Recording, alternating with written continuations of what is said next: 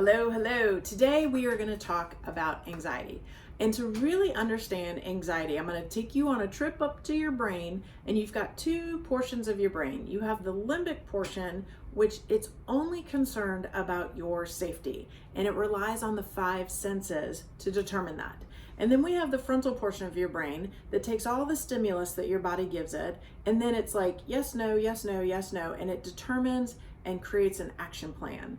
So if the body is stimulated, if the limbic is stimulated, danger, danger, Will Robinson, it will send a message to the frontal brain and say, what do we got? Do we need to run?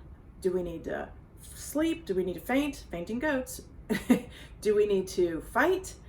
What do we need to do? And then the frontal will evaluate and send a message back.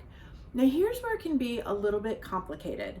So because we're relying on the five senses, if we happen to eat a food that is either high in insulin or has pesticides or has some sort of toxic chemical on it, then our saliva and all the way down through our tummy starts to ping that limbic portion of the brain, danger.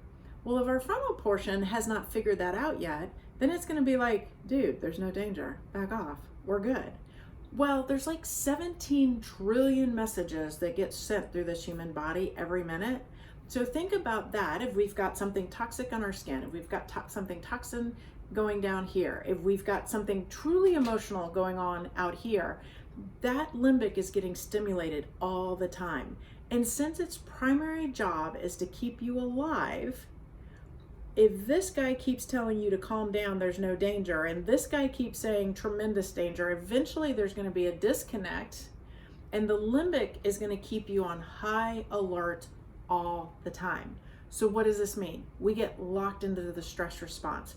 So if we get locked into that, we tend to burn through all of our minerals very, very quickly, which leads to anxiety. We tend not to be able to sleep well. Why?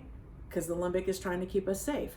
Again, leads to anxiety. We tend not to digest our food well because we have to be calm and relaxed when we digest food.